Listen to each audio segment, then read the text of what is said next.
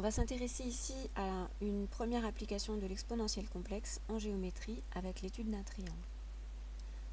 Alors, on considère la consigne de l'exercice 38, page 128, donc 3 points distincts d'affixe ABC, et on doit déterminer la nature du triangle ABC, sachant que le quotient C-A sur B-A est égal à exponentielle moins I sur 4.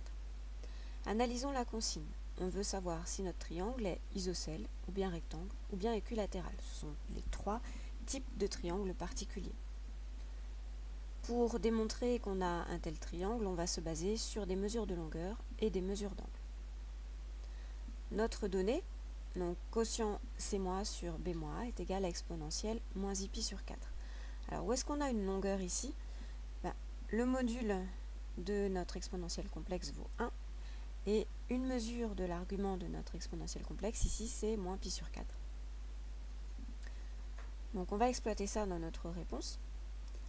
Le module de C- sur B-, c'est le module de notre exponentielle complexe, donc ça vaut 1.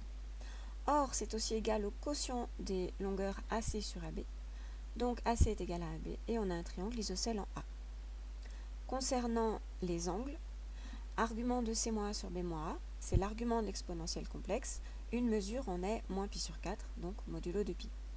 Or, cet argument, c'est également l'angle orienté de vecteur, vecteur AB, vecteur AC. Donc on sait qu'une mesure de l'angle orienté de vecteur, vecteur AB, vecteur AC vaut moins pi sur 4. Mais bon, ça ne nous donne pas grand-chose de supplémentaire, donc notre conclusion est que le triangle ABC est isocèle en